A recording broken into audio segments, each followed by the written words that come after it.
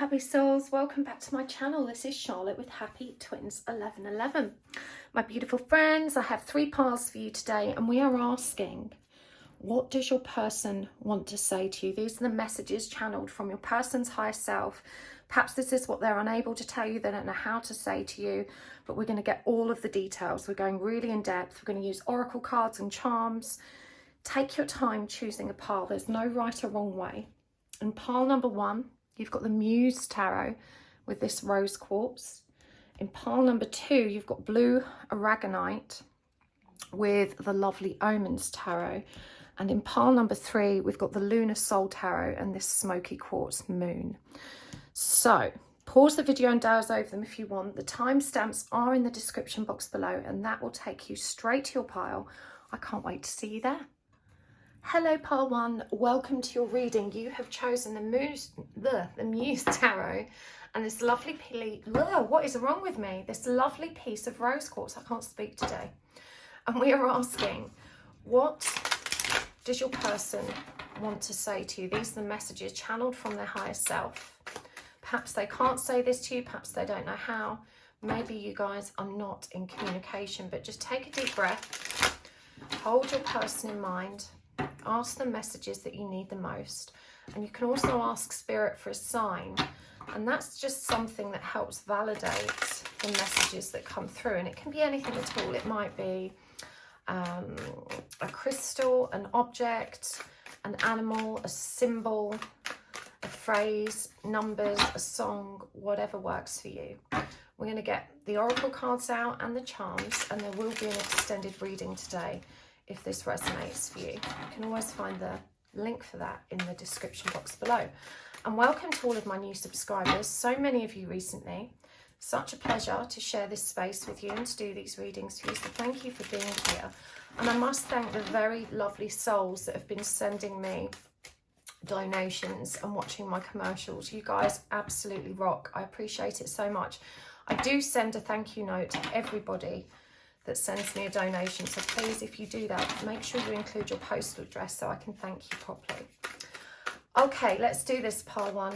What does your person want to say to you? Okay, we've got the 4 of Cups, the 2 of Pentacles, the Emperor,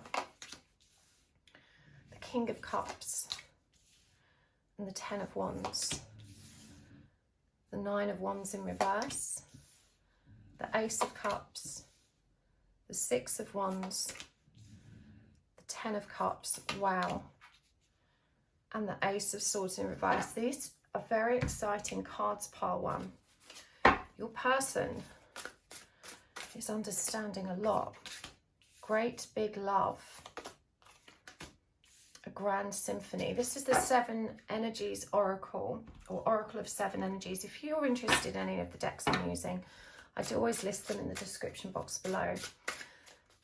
This is the Elke oracle. Actually, let's move these up a bit, make some more room. I haven't got my nails painted today, you guys. It really irritates me. I feel like an old hag with no paint on my nails. And I know Eckhart Tolle would say I should love my nails anyway. But I love the sparkle. The salon's still not open. Okay. We have got Hannah. I feel like some of you asked for that as a name, a sign. We've got Orchid, Makita, and Valencia, which of course is also a place name. Perhaps that was your sign. And from the Animal Spirit Oracle, we've got the Lizard Spirit, the Otter Spirit, and I'm also going to go with these Archetypes cards. We've got the dark attribute of the hero, heroine, and the light attribute of the shapeshifter. Okay, let's start with what's on the table. We're going to get more as we go. Pile 1. These are very intense energies for your person. And the first thing that came to me was your person is waking up. They've been in a dark night of the soul for a very long time, and they're now understanding what the spiritual nature of this connection means. These are very positive cards that have come through for you. They may actually be very detached. They may be very uncommunicative and very quiet, and that's really a contradiction of how they're feeling and what's going through their head. They're having all of these realizations and recognitions, and they want you to know that they do understand. But the dark night energy that they've been kind of trapped in for so very long, this anxiety, this depression, the pessimistic stream of consciousness still tugs at them. It still pulls them away from their truth, and they're still struggling to align with the belief that they can do this, you know. So right now they're not trying, but they are coming to some major realizations about you, about what this connection means, about what's required of them.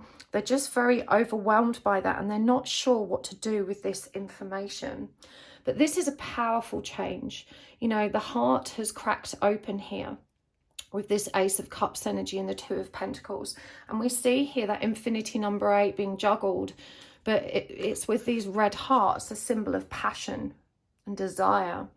So this person's definitely now turning their attention towards how they can move this connection forward. I want to reiterate, they don't feel confident in their ability to make it work. However, they want it to work. We've got divine masculine energy here, clarified by the Six of Wands, which is the energy of triumph and victory. You know, this person is recognizing their role, their placement, the work they need to do. They're recognizing how this energy between you works, and they want to make it happen. They just don't know yet how. It's really powerful as well that we've got the King of Cups clarified by the Ten of Cups. You know, this is definitely someone that is in the feels. And we've also got that great big love and a grand symphony to back this up. You know, this is someone who may not be communicating or expressing their love yet, but they are feeling it big. Now, the King of Cups is Scorpio energy. We've got Aries energy here with the Emperor. And when the King of Cups comes up, it reveals deep, deep emotions that aren't yet ready to be brought forward. Scorpio energy is very secretive, very mysterious. But this Ten of Cups doesn't lie. You know, this is union energy. This is someone that's looking at you and realizing this is what I want. And I have to have it. I have to take responsibility for this. But again, with the Ace of Swords in reverse, this person doesn't know if they can make this happen. They want to believe in the eternal nature of this connection. They want to believe that it's special and magical and all of the things you've shared with them. But something still tugs at them. It's like they almost daren't believe that something so special could happen for them, that someone as special as you could be for them. You know, this is someone who is still really struggling with a great deal of, it's pessimism, feelings of unworthiness, not recognizing their own strength and power to actually get the job done. Now, the shadow attribute of hero-heroine, I'm going to read this to you, escapism and a false sense of heroism. Now, I'm hearing this as a challenge for them because, you know, they're very much in that traditional masculine energy. You know, there's still quite a lot of machismo here, and this person was much more comfortable with this dynamic when you were the damsel in distress that needed rescuing. Now that you're standing in your power and you're feeling so much more capable and confident and moving forward with your life in such powerful ways, they feel like a bit of a spare part. They don't know how to be the hero in this connection anymore. You know, when you were crying down the phone, needing their support and needing their help and needing their presence, they felt very empowered in this connection. But now that things have balanced out in you and you're no longer codependent on needing them in that way, they have been triggered very hard. And so they're asking themselves, where do I fit in this connection? How do I actually make this happen? You know, because they don't see that they're needed. They see you as someone very, very powerful. They see you as someone very accomplished. They don't see that there's a space for them in your life in the way that they perceive they might fit in. So they're explaining to you now that they're going through this transformation. And even though they seem detached and somewhat uncommunicative, this self-absorbed place that they're in is very productive in terms of waking up the emotional body and arriving at very powerful conclusions in terms of how to move forward. Now, this person is definitely working in a very musical way. They may be a musician, perhaps they share a lot of music with you, but it says here a grand symphony. And I'm hearing that, you know, you are literally music to their ears, to their heart. You literally make their heart sing. But in the absence of the energy that's helping them communicate how they really feel, they may use music as a tool to communicate what they're really thinking and feeling about you. And they love that you listen. We've got Hannah, she who listens, understanding, witness and compassion. You know, they are so very grateful for how you've been present in their life, even when they had nothing to offer you in return. You know, they're highlighting here that the energy of reciprocity hasn't been present in their awareness because they've been struggling so hard just to get by in life that they really didn't have anything to give. And despite this, you continue to lovingly accept them however they presented. And they recognize this. They recognize the value of the powerful friendship and compassion that you've demonstrated. It says, she who thrives, orchid, flourish, prosper and blossom. And I'm seeing these butterflies here, a symbol of transformation and metamorphosis. You know, this person really does value how you've bloomed and how that's inspired them to step into a similar stream of energy. At the moment, they're on very wobbly ground. They want this, they feel this, but they don't know how to have it. They don't know what steps to take next. But their desire is stronger than that negative stream of consciousness that keeps them stuck. It's like something has shifted, the balance has shifted and tilted, and even they feel more positive than they have done before. You know, those intrusive thoughts, those negative beliefs, they still tug at them, but even they are recognizing, I feel better, I feel brighter. Even though this still feels like a challenge, it feels more possible than it did before. And I'm drawn back to this Four of Cups, and look at this. You know, even though this person's on their own, you know, probably feeling quite lonely, although I do feel it's a self-inflicted withdrawal, the energy of two here comes together in the heart. You know, this is the Four of Cups, which represents emotions. And so what we're actually seeing here is this coming together at an emotional level that they're feeling, you know, telepathically and astrally. This person feels very connected to you, and that's where they can truly be comfortable and be themselves and say what it is they want to say. The same as that message coming through music. She who sees, Makita, observe, perceive and scrutinize.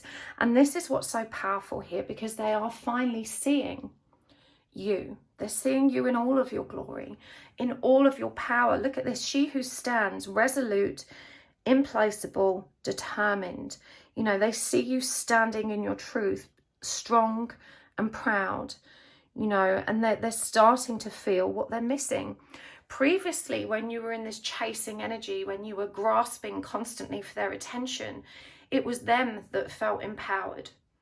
But now that they're standing back and they're seeing you stood still and firm in your truth, the mask off, you know, as you really are in your authentic truth, now that they see how powerful you are, and they want some of that power. They're realizing now that you can't get power from each other, that you have to cultivate it for yourselves, just as they weren't able to be truly powerful as a result of you chasing them, you know, and you weren't either. You know, they're able to now recognize that your power is something you constructed independently of all of those energies, that it required self-love and self-focus, and they really admire this about you. Dream the world into being, lizard spirit. This is how they're spending a lot of their times with this Four of Cups. They're literally fantasizing now about how they can move forward, and they want you to understand what a big leap forward this actually is, because previously their mind was so trapped in fear, it was so trapped in negativity that they couldn't imagine a way out, let alone daydream about what could come next. They were so convinced that they were stuck and their life was over that they really couldn't see another way of being. So they really want to draw to your attention how powerful it is that they are actually in this daydreamy state.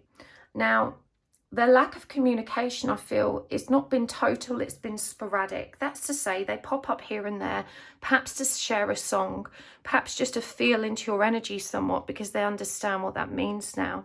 But they're really, really clear that primarily the reason for their detachment, their separation, is overwhelm at these realizations, overwhelm at all of these new feelings they're now acknowledging and recognizing and actually feeling. Just have a sip of my coffee there. Otter spirit, you are never alone. And I feel like they feel this, you know, again with this Four of Cups, this coming together in the energetic planes. You know, they understand that you two are not apart. And it's clear just from this reading that you, the viewer, are clearly a very highly evolved divine feminine. Perhaps you practice spiritually. It goes without saying that you must practice spiritually. They are very, very inspired by what you've done. And I have to commend you because this is how it's meant to be. You know, the divine feminine leads. She illuminates the forward path for the masculine to follow. And this is what you're seeing happening. You know, baby steps, they may be at the very beginning of that path, but this person is awake and aware. Shapeshifter, light attributes, skill at navigating through different levels of consciousness, ability to see the potential in everything. And this is what's happening.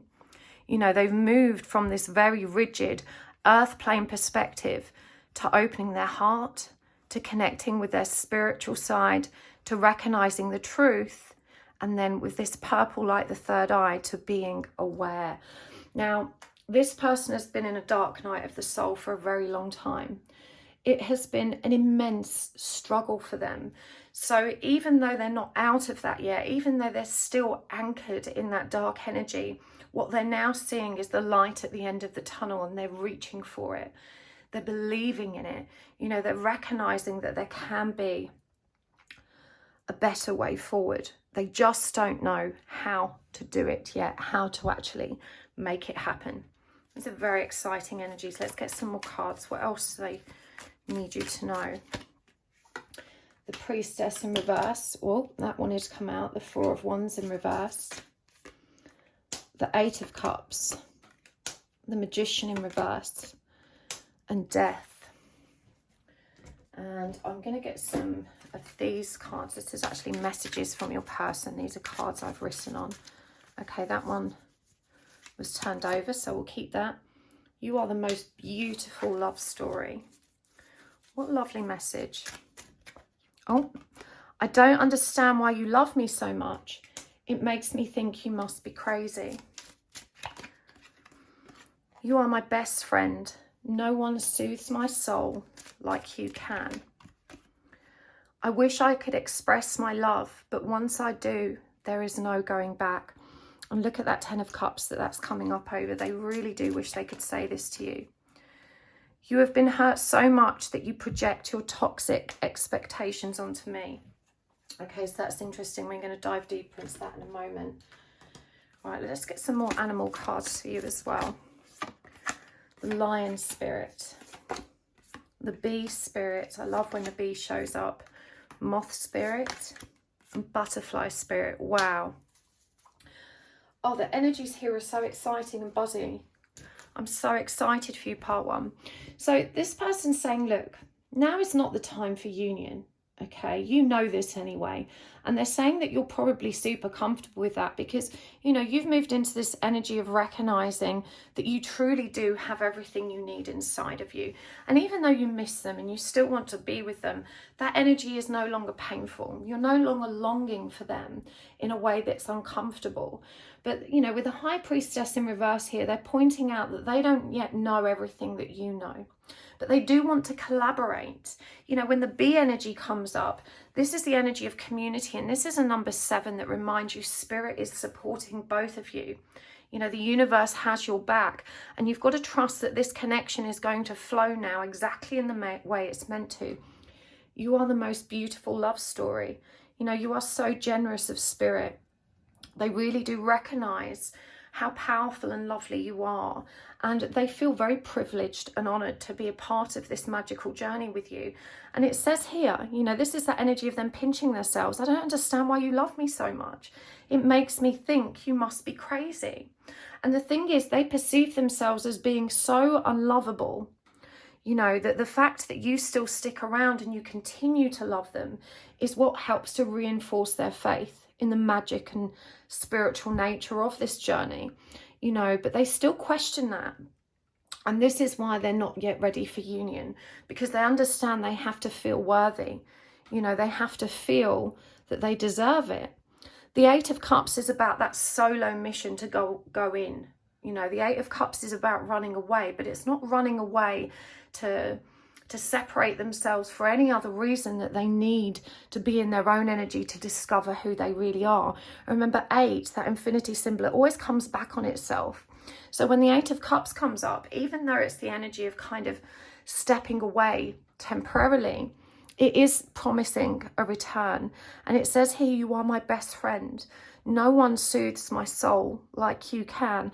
And I think this is a powerful reminder that they may be quiet, they may disappear here and there, but you know, they always know that this friendship is there for them, and they respect your continued presence and your continued patience.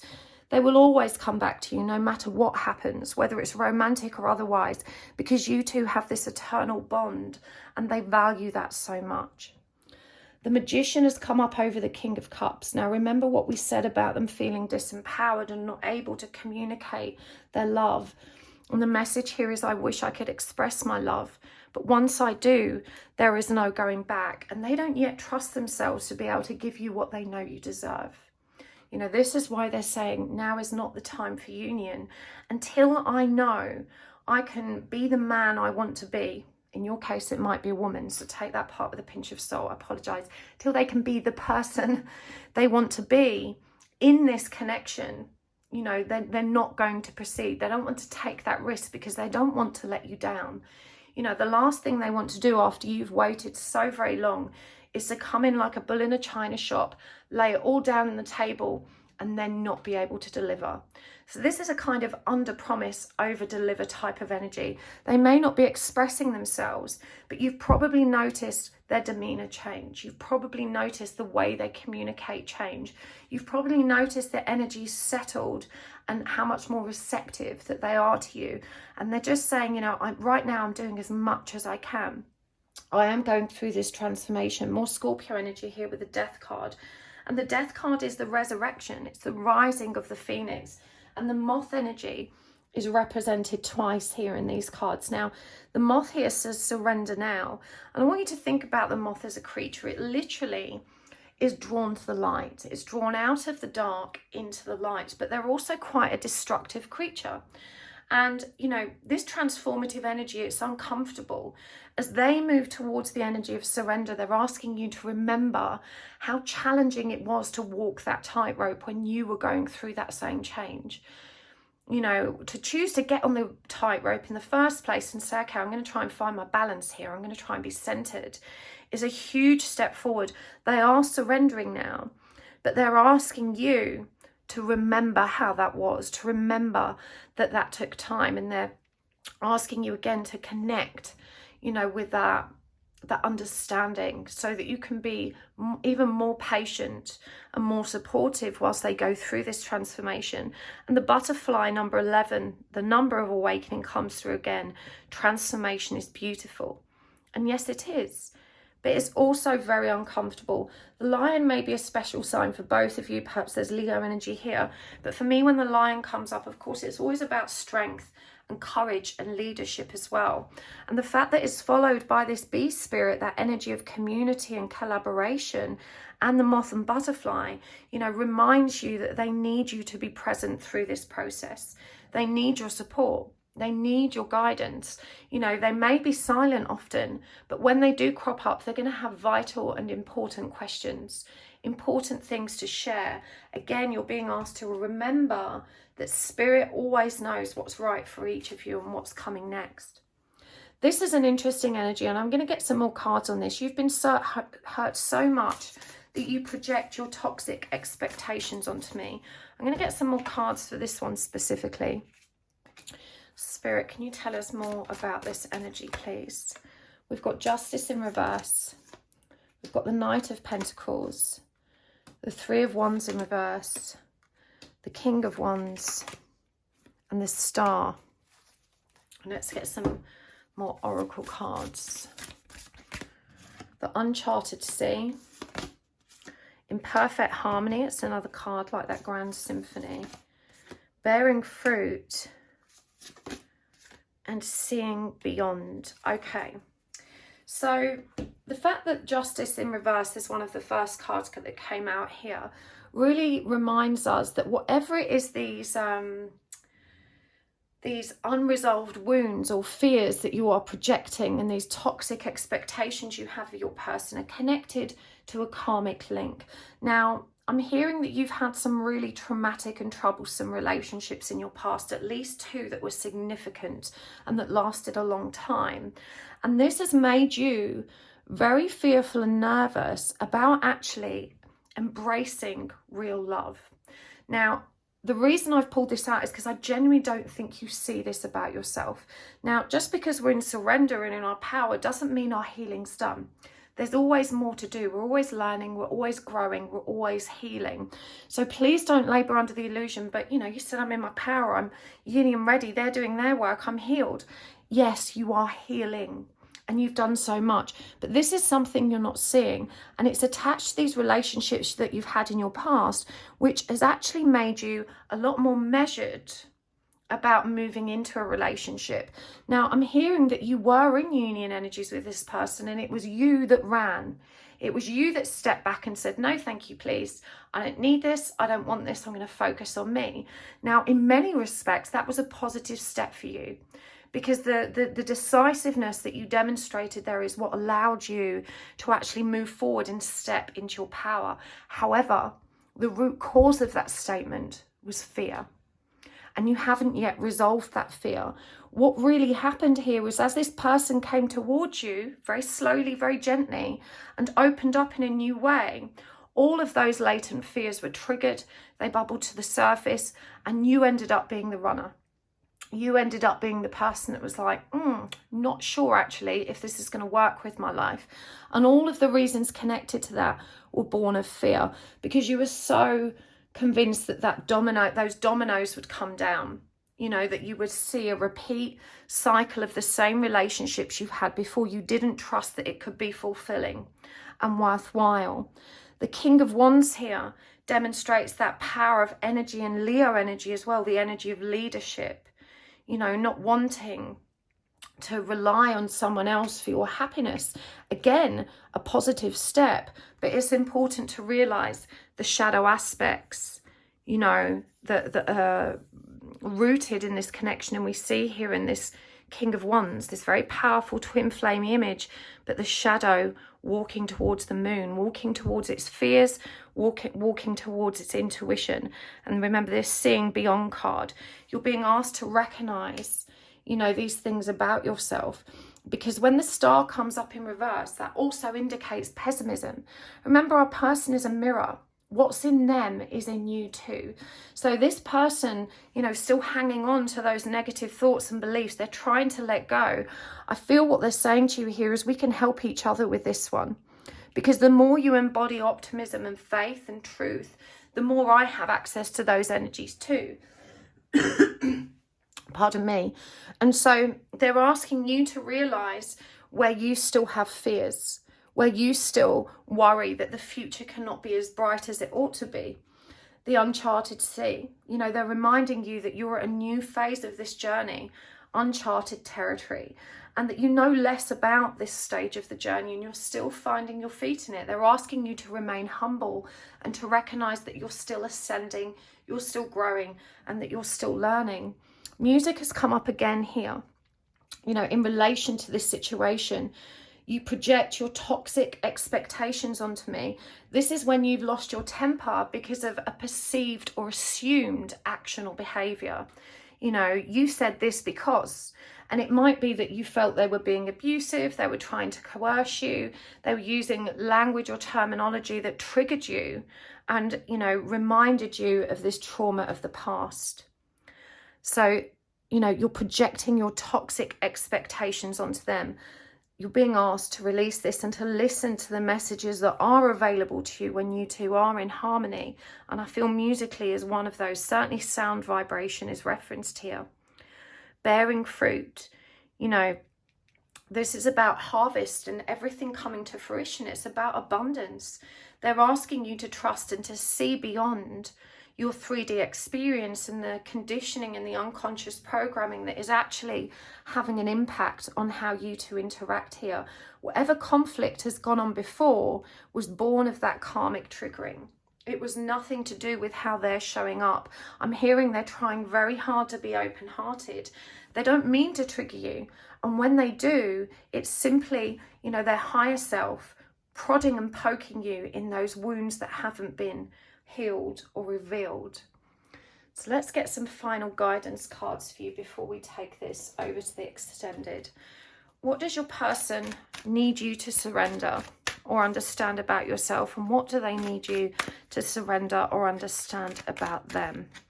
So for you, we've got the light attribute of the Samaritan, the shadow attribute of the liberator, and the shadow attribute of the gambler.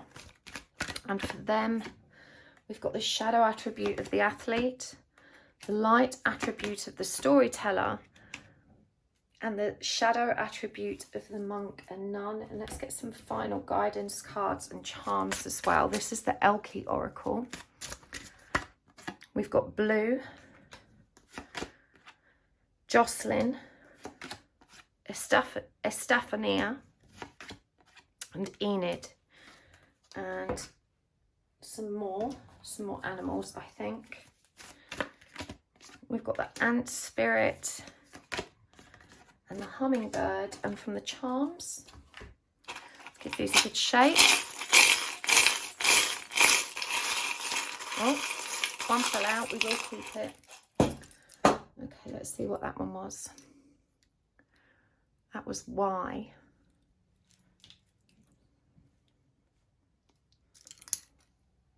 You are safe with me. Fake news. The aeroplane. The yin yang whales. Oh. The writer. Isn't that interesting, because we had storyteller as well. Black like my heart. And finally the bicycle. So let's start with the archetype cards. What they need you to surrender and understand about yourself, and what they need you to surrender and understand about them. For you, we got the light attribute, Samaritan. Refined your capacity to help those you would prefer to ignore.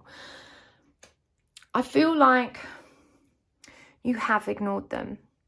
You know, you felt less engaged in this connection, and whilst that's given them room to grow, you know, we're remembering that B energy here, and they're saying, you know, I know that you don't want me to be codependent on you, but right now, when we work together, if you can catch me when I fall, you know, if we can depend on one another that way, you know, this is going to help cultivate the energy of support for both of us. We can be here for one another in this way. Refine your capacity to help those you would prefer to ignore. And of course, you can reflect on where else in your life that energy is showing up. Often when we encounter resistance, it tells something about ourselves. You know, we think we're resisting something or someone for one reason, and quite often it's because of something else entirely. Perhaps it's triggering us to face a part of ourselves we don't wish to revisit. The shadow attribute of the liberator, imposing your own tyranny over those you claim to liberate, ignoring legitimate constraints. So this is about resisting the urge to tell this person what they should be doing next. You know, you have to remember where they're at on their journey and what they're capable of. You have to remember that they are on their own path, moving at their own pace. And it's not for us to decide how or when they should be doing that. You know, so this is about quelling any frustration or impatience you still feel and resisting the urge to tell this person what they should be doing. The gambler's shadow attribute is relying on luck rather than hard work. You know, this is the universe reminding you that the work never ends, that you have to stay committed to yourself if you want to remain in your power and to stand firm. So you mustn't get complacent about the love you've been giving yourself. It's not so much about luck. You know, the universe does always have your back, but it also expects you to co-sign, you know, the lessons that are coming forward and to be present and reflective in terms of what's coming up. For your person, we've got the athlete in reverse, and this shadow attribute says misuse of athletic ability for selfish ends, false sense of invulnerability and entitlement. And so, you know, to me, I think this is strongly related to how this person still perceives their body. You know, perhaps that's been very triggering for them. That's one of the things that has made them feel somewhat unworthy. And so there's definitely a message here about this person being easily triggered by the suggestion of athletics or physical activity, but also being very deep in ego when it comes to those activities. Again, false sense of invulnerability and entitlement. You know, they're really not respecting or honouring their body, perhaps expecting too much of it. I'm guessing this is something that you can perhaps reframe for them. And I'm hearing that you've been through a similar energy. The storyteller, ability to experience and express life through stories and symbols. And we have the writer here as well. I feel very strongly that your person's going to be ready to share what they've been going through the means of the written word. Perhaps they are a natural storyteller or a writer by trade. Maybe it's just something that they have a long forgotten interest in, but for sure your person is ready to start speaking up, to start communicating more about what it is that they've been going through. And I'm hearing that through that experience they're not only going to empower others but correct a lot of fake news. I feel like both you and the people around you have some false perceptions about what it means to be in this masculine energy and how the experience is translated. And this is something they're hoping to put right. The shadow attribute of the monk or nun, negative judgment of the physical world, excess piety. So for me, this really demonstrates how they still keep themselves stuck and trapped.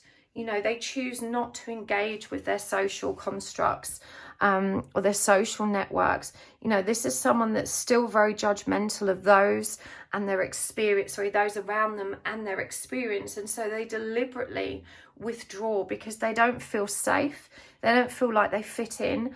And rather than perceive themselves as different or wrong or strange, it's easier for them to judge what's outside of them. So this is something they're still working through and healing, and perhaps why they're often quiet or withdrawn. She who once loved, blue, fragile, secret love and rejection. So remember, we saw that this person is too afraid to come forward with the truth. Blue is the colour of truth, but it says here that they still feel too fragile. This is a secret love because they fear rejection, and that really confirms what the energies that already came through discussed. She who persists, Jocelyn, perspective, defiant and persistent. And this is the energy that they're really trying to embody now. You know, they are turning their back on the past and they are looking forward, and they're very determined in that. She who surrenders, again, this comes up over that surrender energy. You know, the moth spirit, chains, bondage and release. They're recognizing that it's only them who can release themselves from that. She who doubts, fear, wariness and trust. You know, it's going to take them time to build courage, to build confidence, to start trusting in this new way forward. They can see that light at the end of the tunnel, but it's still so far away that they can't trust it.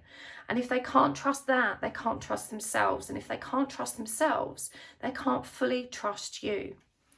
You know, they're still learning to overcome that fear of rejection because they really have been badly hurt in the past. But they need you to know that you are safe.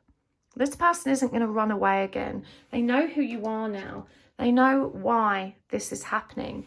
And the whale yin-yang symbol is such a twin flaming charm for me.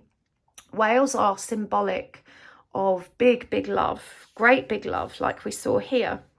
And when they come up together like this in this yin-yang symbol, it's reminding us to love the light and dark aspects of one another. You know, you can't hate someone's mistakes and ill behaviours and still love them unconditionally. And this person is still in the dark, but they're recognising that now and they're seeing the light. You know, there's still some old patterns that they need to cycle through, you know, that are challenging, but they really want to come towards you. But first, I'm hearing they have to revisit the past. They have to move into the energy of resolving what was keeping them stuck. Time to collaborate. You know, that's another message here about finding those pieces of the puzzle together. Be here now. You know, you are definitely being called to be present with this person and to trust that you are safe in this situation. You are grown enough to navigate this situation safely and that they have no intention of hurting you again. That's why they're going slow now. That's why they're not expressing feelings or revealing themselves, because they don't just want to blurt this out. You know, they want to be able to own it. They want to be able to commit to it. And they know that they first have to commit to themselves. I really hope that was helpful, pile 3. Pile 1 even. Thank you so much for tuning into my reading. If you enjoyed this, you can find the link to the extended reading in the description box below. But if you don't join me there, thank you for joining me here. It's been a pleasure as always to read for you.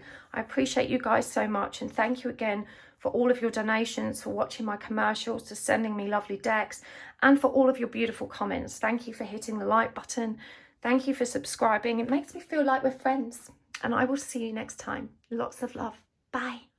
Hello, pile 2. Welcome to your reading. You have chosen the lovely Omens Tarot and this blue aragonite star.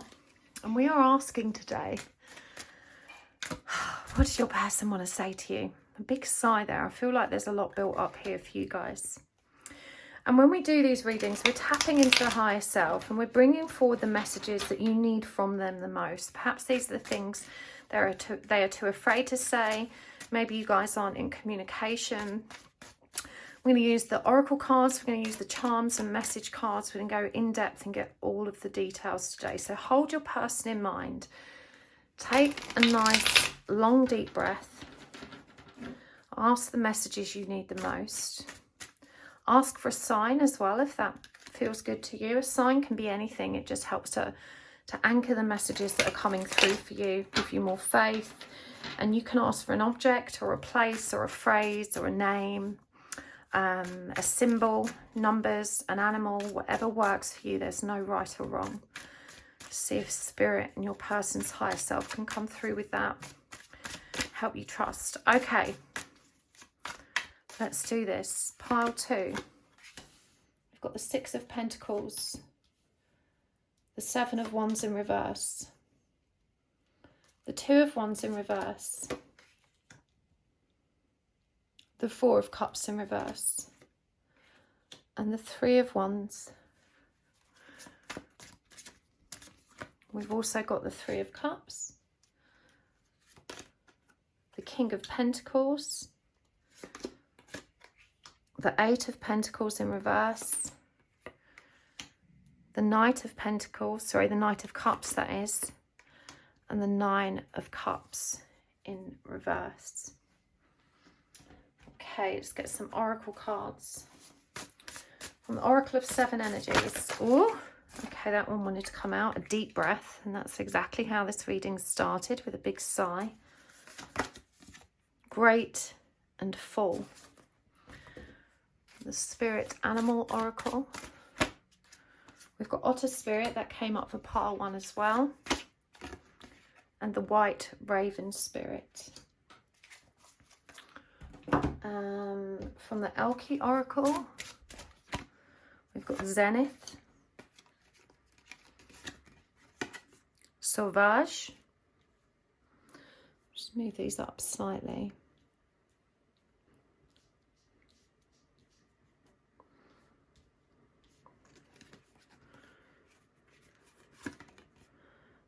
Trente, I think that's how you say it, Enid, and Kali. And finally from the Archetypes deck,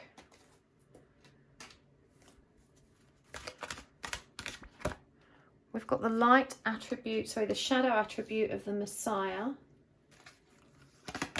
and the light attribute of the Pioneer. Okay, so let's start where we are with what's on the table. We're going to get more as we go. Pile 2. What does your person want to say? The first thing they want to say is they're very, very sorry. This person hasn't reciprocated in a way that you deserve ever. And there's been a great deal of, I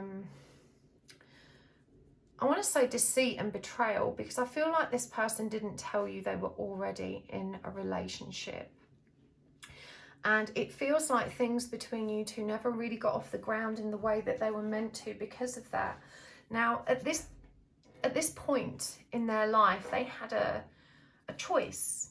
They had a decision to make. When they met you and they felt the intensity of that pull, you know, they had an option, a free will choice to decide how to move forward. I'm hearing that what needed to occur between you occurred before they took that leap or made the decision. Now, unfortunately,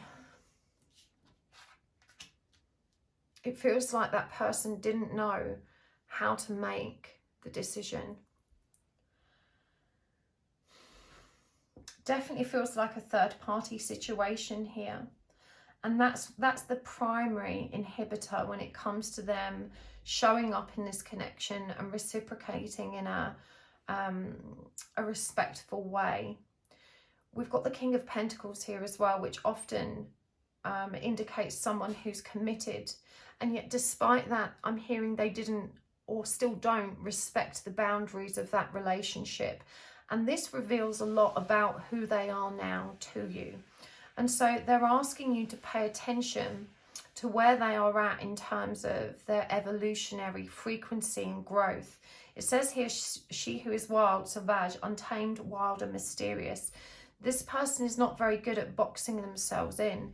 To be frank, they're not great at commitment. And so the fact that they didn't make a decision, and I want to say didn't make a decision rather than made the wrong decision, because they were given the opportunity to make a decision that would have led them towards you.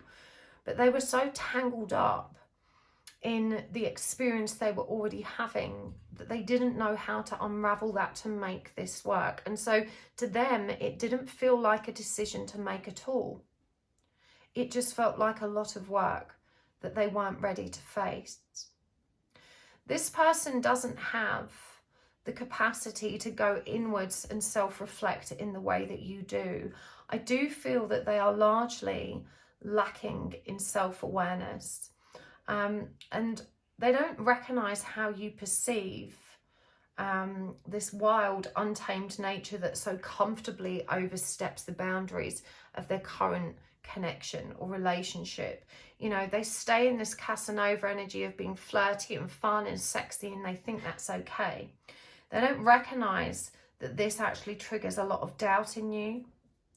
You know, they don't recognize that this is what actually makes you second guess what this connection genuinely means to you, and whether or not it's something you wish to pursue.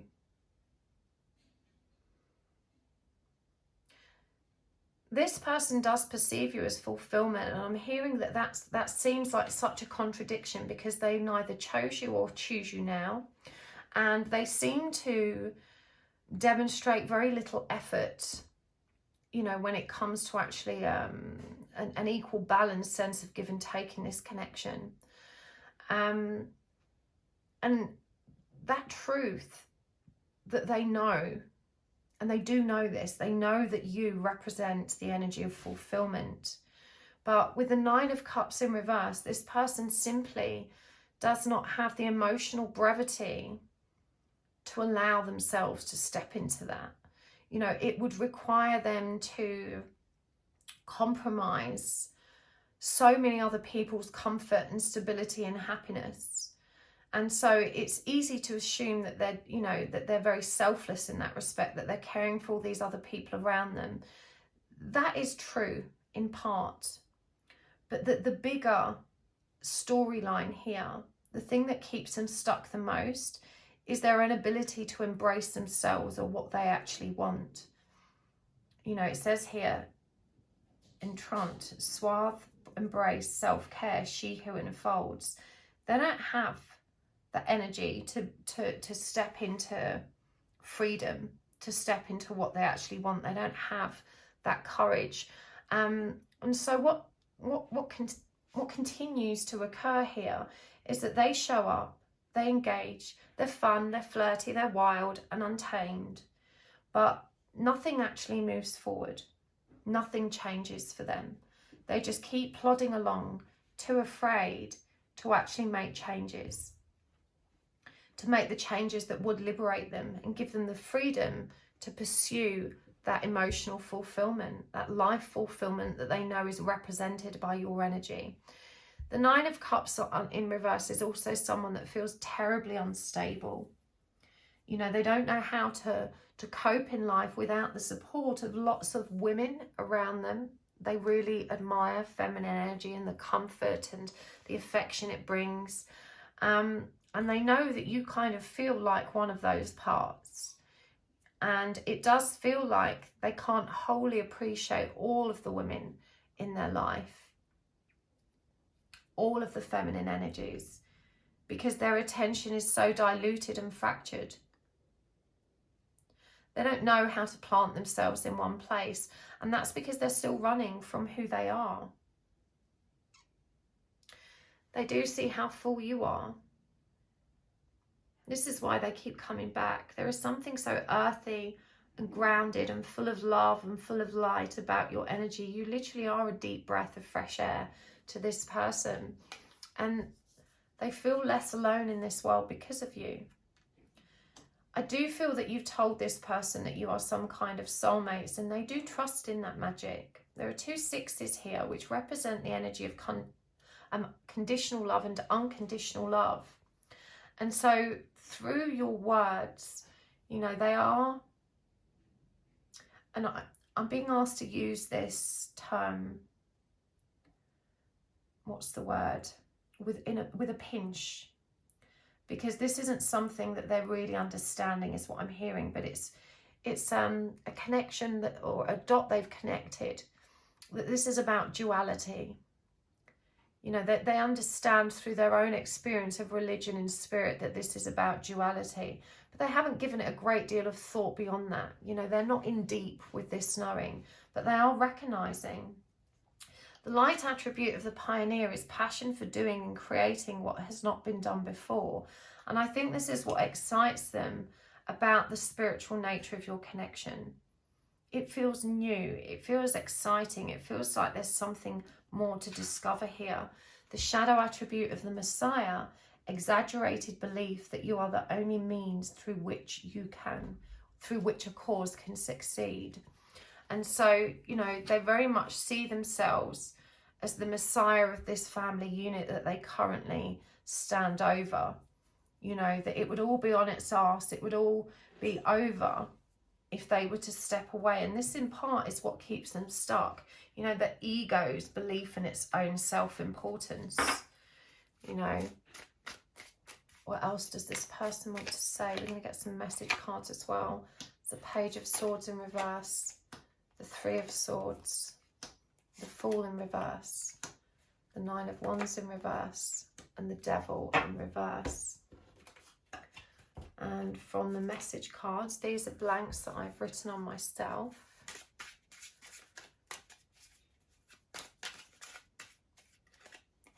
I want to change, but I don't know how. I am under no obligation to make sense to you. I don't know how to win you back, but I want to. Everyone leaves me in the end, so now I leave first. I don't know how to care like you care. So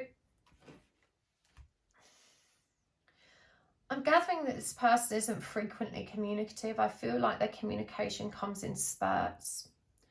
And they're trying to find a more dignified way to have you in their life.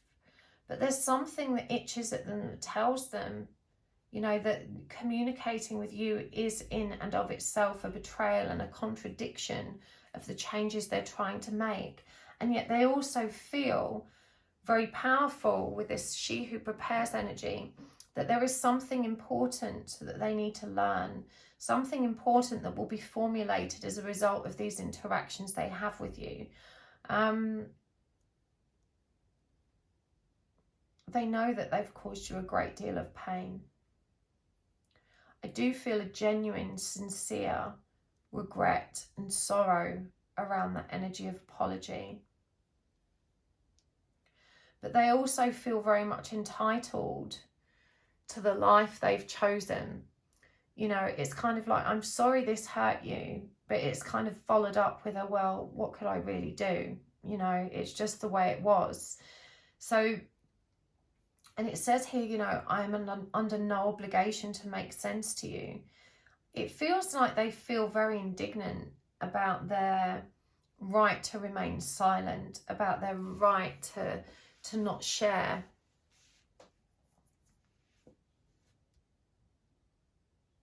They don't feel like they owe you an explanation, even though you perhaps feel very entitled to one. This is perhaps one of the sticking points, because there is deep grief and pain that's been unexpressed or unresolved in this connection. And it's definitely to do with the decision they did or didn't make. They want that new beginning with you, but it says here, I don't know how to win you back, but I do want to. You know, this person, they're still struggling to separate right from wrong and to figure out what is the right thing to do here. When they try and show up as a friend, even that still feels like a betrayal, and it doesn't feel enough. They always give up on people before they're rejected. You know, we've got the 9 of Wands in reverse here, the energy of giving up. And it says, everyone leaves me in the end, so now I leave first. And this is why you've seen this person bounce out of your zone of awareness so many times. You know, they realise you're pissed off and they think, well, this isn't going to go anywhere. I've stuffed this now, I'll move on. And of course they move on for a time, and then they come back and they realise that you are still, you know, accepting them as they present. But this rejection wound runs deep. And I'm hearing the person that they chose to be in a relationship with was the first person that really broke down this barrier and, you know, allowed them to trust in commitment and devotion. And even though that connection became more toxic and challenging, they still have this fundamental belief in that person's devotion and eternal commitment. And that's what keeps them there, because that's something they value above all else. They don't want to be attached to you. You know, I feel like this person has tried very hard to release this attachment, and yet the all-pervasive obsession they have of you has been impossible to shake. They feel like you're an addiction. It's like they're addicted to you, and it feels naughty. They know that they shouldn't be. They wish they could kind of care for you in the way that you've demonstrated care for them. But they don't see that they have any opportunity or space to actually be there for you in that way. This makes it really hard for them as well, even though you may not perceive it that way. It feels like, you know, they give so little. There seems to be a simmering resentment on your side. She who changes, Iris. She who creates, Sheila. She who aches, Perpetua. She who divines, Futura. And she who remains, Manatili. So yeah, you know, they see you as someone very enchanted that is constantly transforming themselves, improving themselves. They see your growth. They are very inspired by your growth. We've got Sheila, creativity, originality, and spontaneity. You know, this is about recognizing how you continue to embrace all of your powerful creative urges and you keep moving forward in such an original, unique way. They really feel the power of your authenticity, you know, the power of your truth. She who aches, Perpetua, sadness, solitude, silent and withdraw. There's a magpie here as well. I'm thinking of that song, One for Sorrow.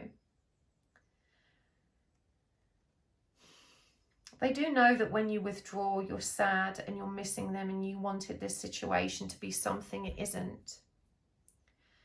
Not something it can't be, but something that it can't be now. They're saying you need to be more real and honest about this coldness, this coldness that still resides in your heart. You're so strong and so very proud that you don't often admit your own sadness, your own vulnerability. You just withdraw and you keep marching. You are such a strong person. But they're saying when you allow yourself to sit with the cold, that this is when you can bring it warmth. And you can heal that part of yourself that still feels that sadness in their absence. They're asking you to recognize this wound and to not ignore it. She who divines, future choice and judgment. And the cards that she is holding up, I feel compelled to show this to you. It's the Death card and the Seven of Cups. You know, they're asking you to trust in what you know. You know, you may be a reader or a light worker or a psychic of some kind. You know, she who divines, future choices and judgment. You know, judgment obviously refers to the call of the soul. They're asking you to trust and have faith in what you know.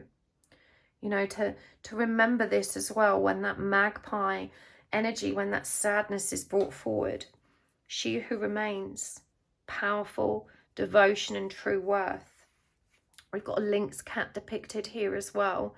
So, you know, this is about continuing to stand in your own power, to continue being devoted to your own truth, to continue recognizing and embodying your own worth. You know, this is where all of your power is. Let's get some more cards here. I'm going to go with archetype cards. What do they need you to know about them right now that you're not seeing? I feel I want to give these a riffle shuffle as well, because we do use reversals in this deck. And again.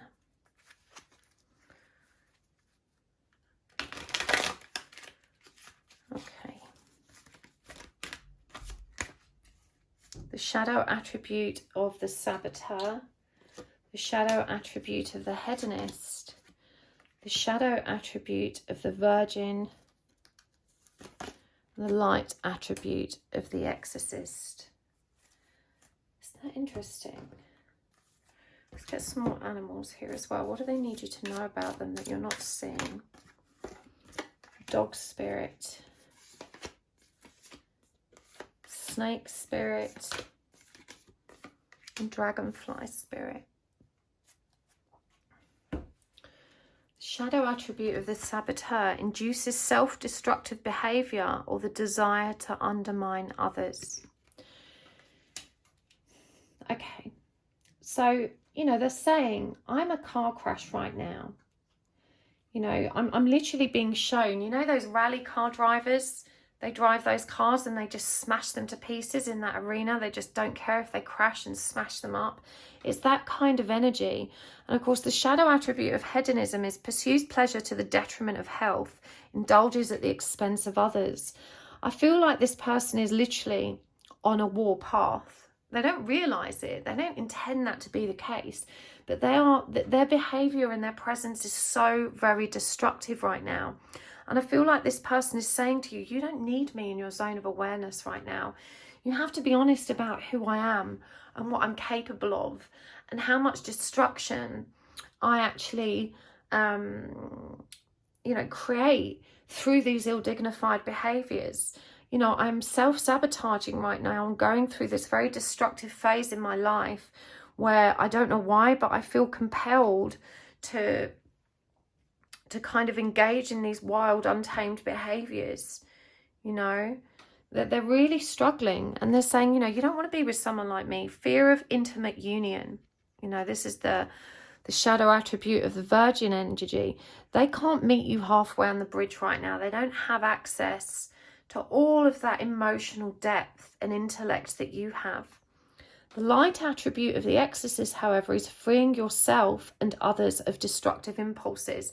And this is something they have to do. It's not something you can do for them. You cannot exorcise their demons for them. It says here clearly, freeing themselves and others of the destructive impulses. You know, they have to start focusing on transforming their own life and their own expectations and behaviors. Like the snake spirit, this is number 55. 5 carries the energy of high learning and transformation. It says here it's time to heal. Remember how a snake sheds skin. You know, a snake dies, in fact, if it doesn't shed skin. And so this person's on the warpath. You know, they are rampaging through life, meting out so much destruction as they go. You don't want to be in that awareness right now. You know, they're saying, give me the space to shed my skin. Don't be sad about my absence. Everything is as it's meant to be. I am freeing myself. And in doing so, I free others. But right now, you know, I struggle to accept that I have to fight for freedom. Dog spirit, be loyal to what you love. I feel like this person has a degree of loyalty towards you, and you may, I'm hearing you kind of, you know, really sarcastic kind of chuckle when you hear that, because they really haven't demonstrated that. But their heart is loyal to you. No matter how much they've tried to run, no matter how much they've resisted the energy of this connection, their heart has remained loyal and they keep coming back. Dragonfly spirit, truth transcends illusion. We have 2 2s here. Energy very much connected to truth and knowing. But remember also that the dragonfly only skims the surface of the water. It doesn't dive in. And when water represents the emotions, the emotional body, you know, it says here, truth transcends illusion. They don't have access to all of the truth right now. You know, they're still figuring it out. They're still skimming the surface and trying to understand it. But they still can't work out what is illusion and what isn't. What's real and what isn't. What do they need you to know about yourself and how you show up in this connection, pile 2? We've got the shadow attribute of the rebel, the light attribute of the shapeshifter, the shadow attribute of the mother, and the light attribute of the advocate, and some animals here as well for you.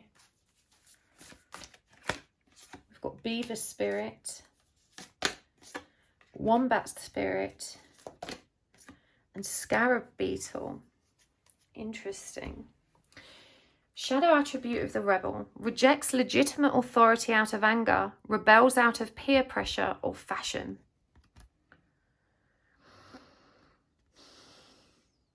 Okay, so there's a message here about defying some guidance or instruction that you may have received. This is the energy of having received it with pride and ego, rather than with the energy of love that it was intended. Rebels out of peer pressure or fashion.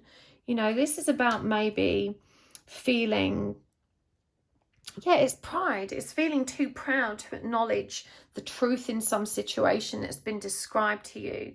And that has kind of triggered this very churlish need to kind of rebel, throw your toys out of the pram, kind of step outside of your, I want to say your proper, step outside of your proper understanding is the message that's come through there. But the light attribute of the shapeshifter is skill at navigating through different levels of consciousness, ability to see the potential in everything. And this card really demonstrates those levels you're moving through. Look at how much that grounding earth energy dominates the energies here. You know, this is your firm foundation that aligns with this beaver spirit. Then we've got the heart, then the sacral, then the throat, then the third eye. You know, so this is saying focus on your material world and how you interact with it at an emotional level. Through your connection to spirit is where you get truth. And when you have truth, you have knowing and power and opportunities to create more abundance. Be at home. The abundance you're looking to create, this stability or foundation is strongly connected to the purchase of a home. And you've got to realize your power to achieve this. Now, the shadow attribute of the mother is smothering or abandoning children, instilling guilt in children for becoming independent. Now, I'm hearing that you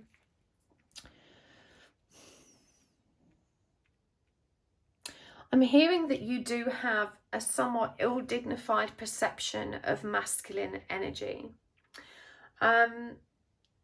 This is something that's come down the maternal line on your side. So you may find that your mother was very disparaging or demeaning of the father, kind of like, you know, this energy of masculine being physically strong, but in every other respect weak, and you not holding a great deal of respect for that energy. And so when you're nurturing and affectionate towards masculine energy, what's actually coming up is this shadow aspect, which sometimes, even though not communicated, you know, it's distorted. It's distorted love. You give because you know it's the right thing to do, but there is a kind of judgment. There's a perceived weakness here about you having to give in that way. So this is a shadow attribute they're asking you to recognize, because you have made them feel guilty. You know, we had this, I'm not under no obligation to make sense to you. There was this energy of them needing to explain something to you that they strongly resisted. They didn't feel like you were owed an explanation. And I think this boils back down to this. You know, it says here making them guilty for becoming independent. And, you know, I think the way they're seeing this is, why should I apologize to choosing what was right for me, or for moving on with my life in the way that I want? Now, obviously, they're completely missing the fact that they didn't let you in on all the truth, which inhibited you from making an informed decision. You know, they're not seeing that, but they are drawing to your attention the shadow that was expressed in you at that stage. The light attribute here inspires you to put compassion into action, and they see you doing that. You know, we've got the scarab beetle here as well. Magic works through you. You know, this person definitely wants to draw to your attention exactly how powerful you are, how much power you have to move through these different layers of consciousness and shapeshift as a result, how much this empowers you, you know, to demonstrate compassion in action, and how much abundance is coming your way as a result of all of these interactions. There's definitely a focus on buying a home. This is something you need to do. And it feels like the universe is stacking this up for you, and your person's saying, look, you know, the time is almost upon us. All right, so let's get some final guidance cards and charms for you. What else does your person want to say in terms of guiding you in this connection? And what do they need you to know about how to move it forward for its highest good? Exposed and revealed. Close encounters. Body and soul. Waking the lion. And from the Elke Oracle, I've got she who dreams, Isra. She who forgives, the elixir. She who regrets, Eclat. And she who persists, Jocelyn. And from the animal cards, let's get a couple more of those. We've got owl spirit and whale spirit. And from the charms, wow, okay, we've got quite a few here. We have the web, the bitch spray, wizard in training, the yin yang symbol, the light bulb, that's the second light bulb that's come up for you, daddy's angel. What's this tiny one say? Daughter. Hello, I'm a bad idea. I need my space. The crown, that's just the back of a charm. The infinity number 8 symbol. The empty battery. And finally, the rainbow. So pile 2. Your person definitely wants to come towards you in the physical. You know, we've got exposed and revealed, and I feel like there's so much that they haven't said because there hasn't been a real life opportunity for them to do that. When they are face to face and you ask them questions and you have conversations, it's not as easy for them to put the phone down and ignore it. You know, they're going to face it. And so they're saying, you know, that a close encounter, and this is an energy of completion, we see this butterfly here, is going to transform the situation and liberate you both. You need to connect in body and soul. Again, this number 5 energy and the dragonfly shows up here. This is going to present an opportunity for growth and for deeper emotional exploration. Waking the lion, number 19, this is sun energy. This is about illuminating the truth and creating space for them to step into their power. It feels very strongly indicated that you need to see this person in the flesh. And I'm hearing, you know, because of their third party situation, this body and soul thing might be where you draw the line. And that's okay. You know, you have to do what's right for you. But being in this person's physical presence is going to be powerfully transformative, is what they're communicating. Allow yourself to continue dreaming about this. You know, when you're dreaming, you are and visualizing, you are creating. We've got the she who forgives here, and they're asking you to release that resentment that still bubbles over and keeps you stuck and sad. You know, it says here as well, this is about she who regrets and the energy of bitterness after battle. You know, so you're really being asked to let go of all of that bitterness, just to forgive. She who persists, persistent. You know, this is the energy of jostling, the energy of truth. You know, you're being asked to just continue as you are. You're always moving in the right direction. You have access to a wisdom that allows you to see clearly. Remember, we had this here. Where is it? She who divines. I can't remember where it was. You know, she who knows, she who sees. Trust the great mystery. You know, the whale has come through. Remember, that reminds us how much big, deep love is here. Your person, this has already come through. Remember, I'm a bad idea right now. You know, we can't be together right now. I need this space. You know, I'm still running on empty. You know, I'm still figuring out what this all means. Now, we did have a daddy's angel and a daddy's daughter. I'm always very reluctant to say things like this when they come through, but my immediate thought here was the miscarriage or loss of a child with the angel connection.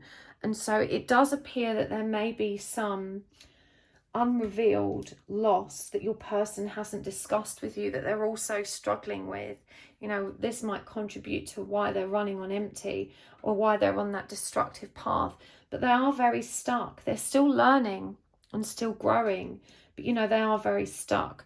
But this bitch spray, you know, in terms of guidance for you from them, this feels like a powerful reminder again about that bitterness and that energy of forgiveness and stepping into that energy and creating space. The light bulb really reminds you of this light attribute of the pioneer. You know, it says here, passion for doing and creating what has not been done before. You know, allow the light to guide you. Trust that you both have light and dark aspects. You know, it's tempting to assume, I'm hearing in these situations, that because you're here doing all of the light work, you're the one doing all of the growth, you know, that they are not contributing. But light and dark are equal.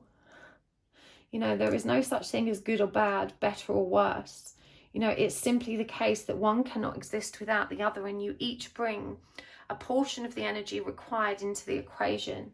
You know, they're stuck right now, but their crown is opening. There is hope and there is optimism here.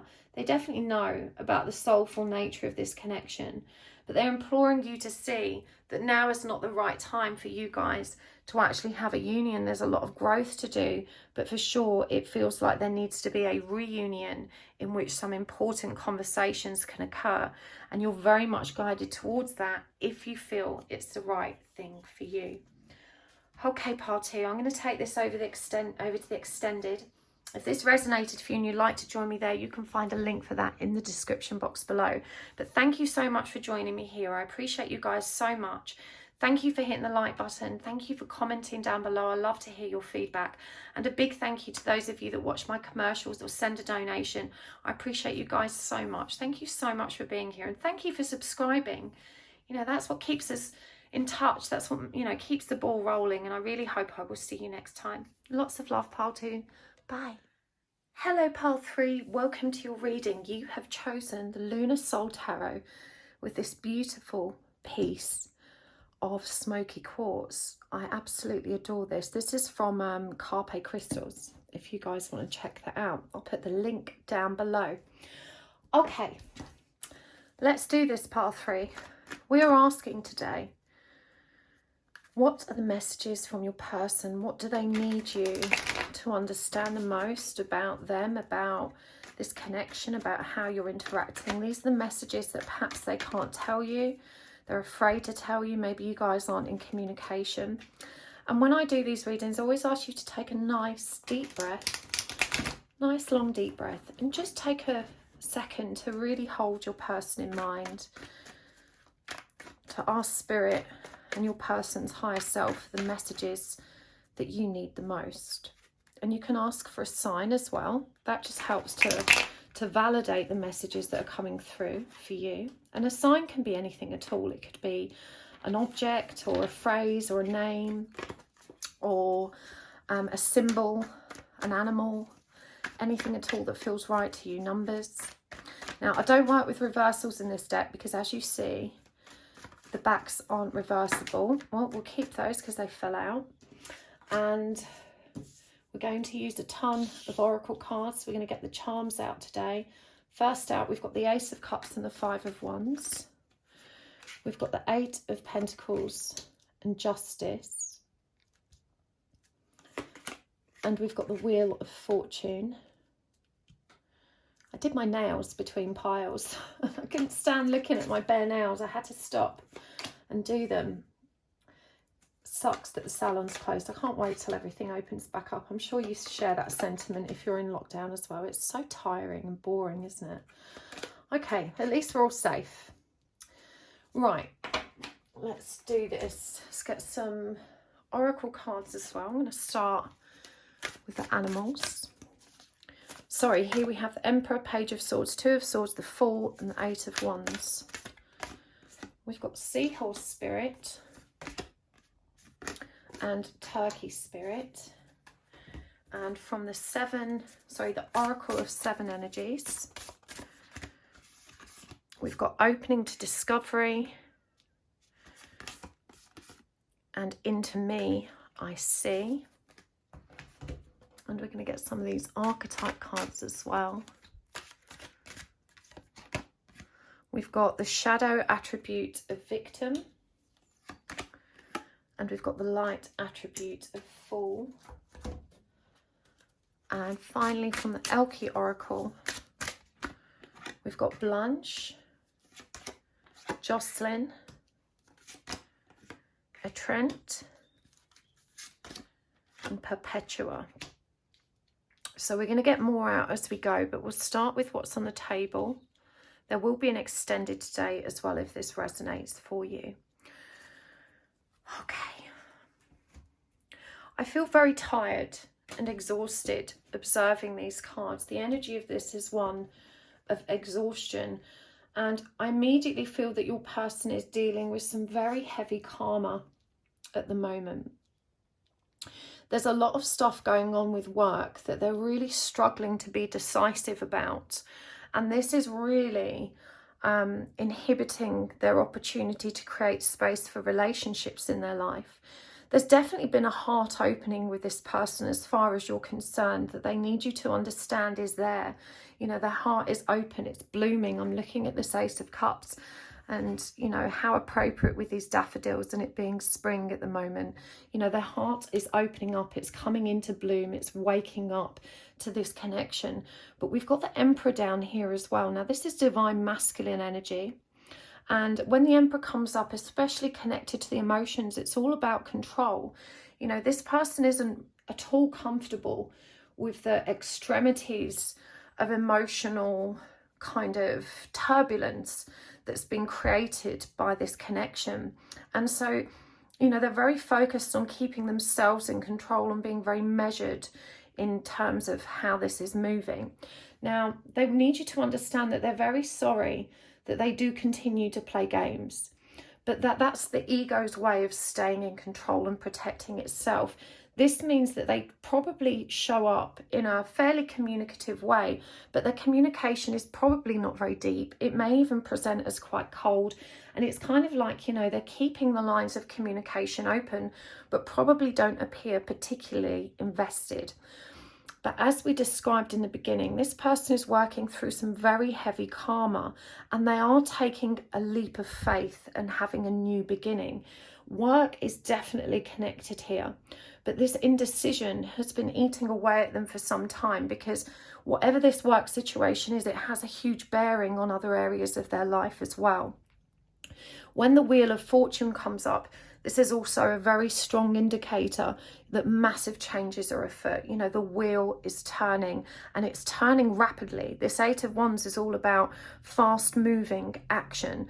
So this person's experiencing a lot of changes, and their absence or their coldness isn't at all personal. It's very much connected to the very busy mind, a very indecisive mind, and these dramatic changes that they're experiencing in their material world, and probably in relationships or family situations also. They genuinely feel that you are such a bringer of light. You know, we've got Blanche here, she who brings light, serenity, and a beacon of just absolute joy and happiness. They have observed you transforming in recent times, and they're very much intrigued. Now, what really does come through about this energy is that they are very confused about who you are. And that's to say, you are transforming at such a rapid pace that sometimes they can't keep up. For sure, you seem to be dismantling all of those codependent behaviors that were prevalent in the past. And I think what really concerned this person. And I say that because they are new to riding these emotional waves. You know, they've previously chosen partners who are much like them, somewhat emotionally, I don't want to say inept because that's a too strong a word, but that is the word that came up first. Not so much inept, but emotionally cautious. You know, this is someone that has a very tight and measured control on their heart and on how their emotions flow. They have an ability to pull themselves back, to rein their heart in, and to not allow their emotions to run away with them. Now, this is in contrast to your very open heart, which just runs away with itself, you know, almost of its own volition. It's like you can't, you know, put the brakes on it like this person is able to. And that freaked them out. You know, that scared them.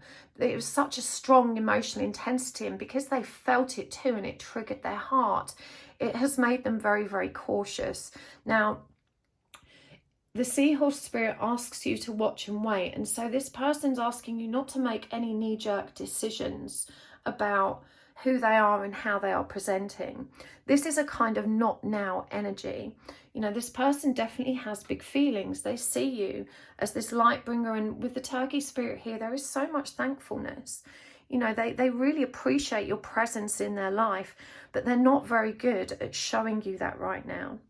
It also says she who persists, perspective, defiant and persistent. And again, this is what intrigues them about you. Because initially, you know, you seem to go all out. There was quite a lot of chasing energy. But as it's settled down and been brought back into more balance, it's allowed you to kind of glow in the way that you're supposed to. And your persistence with a more measured, you know, combined with a more measured approach to this, you're pulling gently back and just kind of standing in your power, has really impressed upon them everything you've been communicating about this path you're on in terms of healing self and transforming self.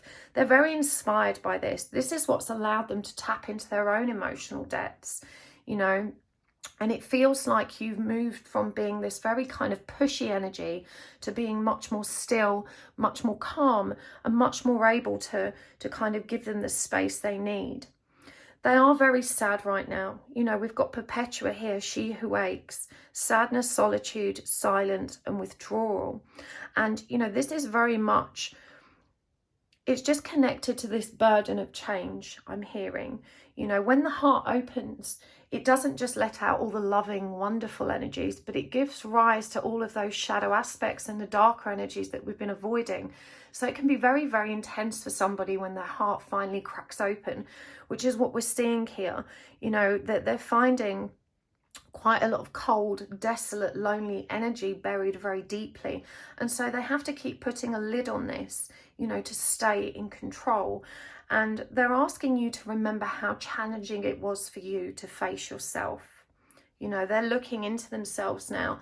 They're opening the door to that inner discovery. And I'm really drawn to how that keyhole leads into, even though it's lush and verdant with all these green trees, it's also dark inside. You know, when we go within, we're not just digging around and finding the good stuff. You know, there's light and dark in all of us. And so they are genuinely very much struggling with these changes that are occurring both internally and externally. Now, the shadow aspect of the victim, playing the victim for positive feedback in the form of pity and inability to maintain personal boundaries. You know, this is why they withdraw, because they're not very comfortable with this victim energy at all. Now, it's interesting because it does say playing the victim for positive feedback in the form of pity. But what I get from this very strongly is that for them, you know, they don't want to be perceived as that person. You know, they don't want to be, you know, in that woe is me energy. They don't want anybody's sympathy. That makes them feel weak. It makes them feel that they're perceived as weak or, you know, not strong enough. But the light attribute of the Fool, given that it's shown up here as well, is really powerful, fearlessly revealing emotion, helping people laugh at absurdity and hypocrisy. So this for me is very promising, you know, and this is clarifying justice, which is that karmic rebalancing, things being kind of shaken up so they can bring it all back into harmony. And they really are taking that leap of faith. This person is definitely inspired to explore more of who they are as a result of their interactions with you. But they do need that space right now.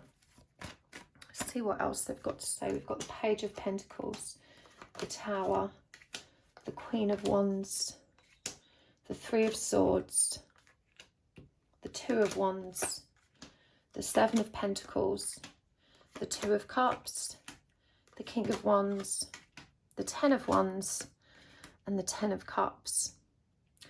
Okay, this is really beautiful. This person does choose you. I know it doesn't feel like they choose you, but and there's definitely some, you know, waiting game here with this watch and wait energy. At the moment, they are very slow moving. We've got the Page of Pentacles here, and you can see that even though he's blooming, he's holding on to his pentacle. He's really very carefully observing it, and he's literally rooted in the earth. He can't move anywhere. You know, right now he's grounding, he is growing, he's figuring out what the next step is. The Page of Pentacles is all about very slow moving earthy energy that's gentle, reflective, and planning in a very practical way. And we see this confirmed here again with the Seven of Pentacles.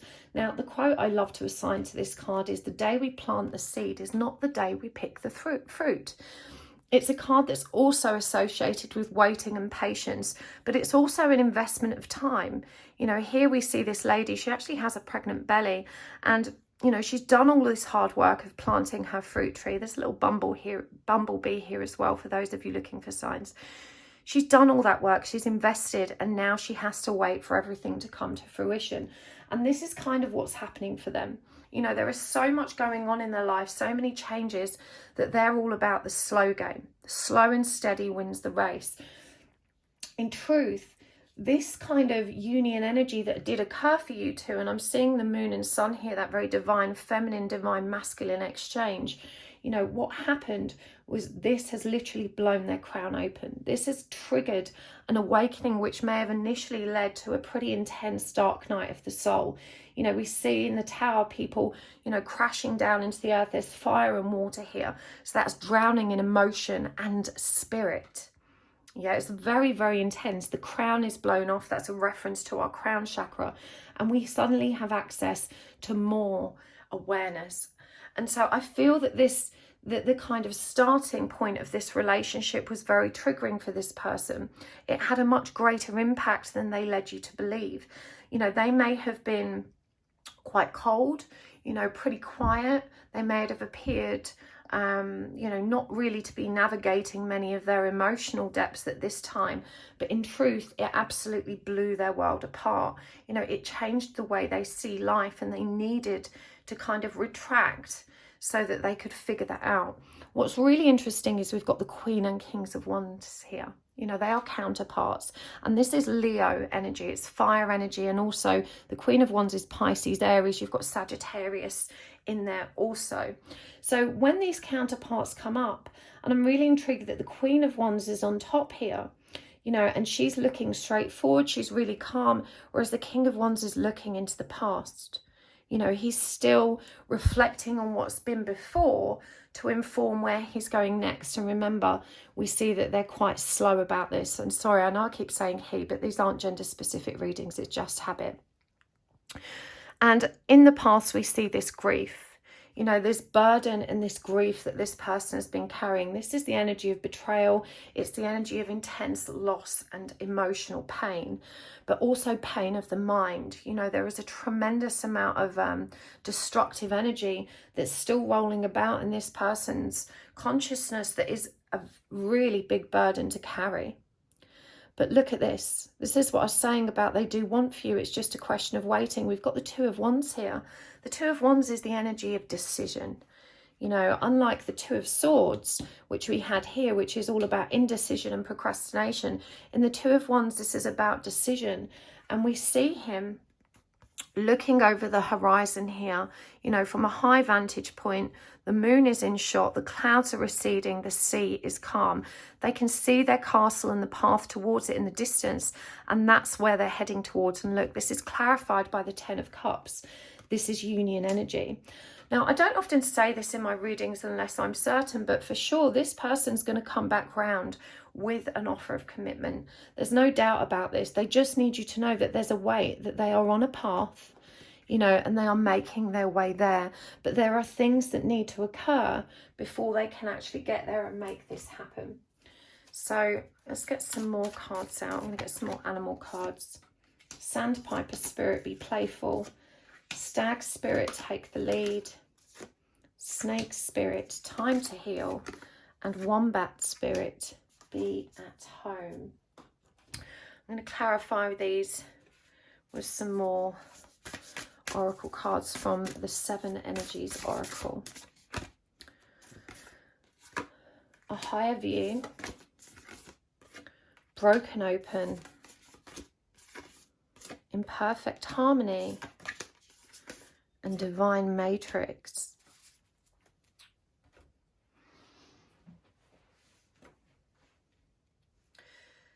They're really enjoying how much calmer and more still you are. I feel like there is still some letting go to do on your part.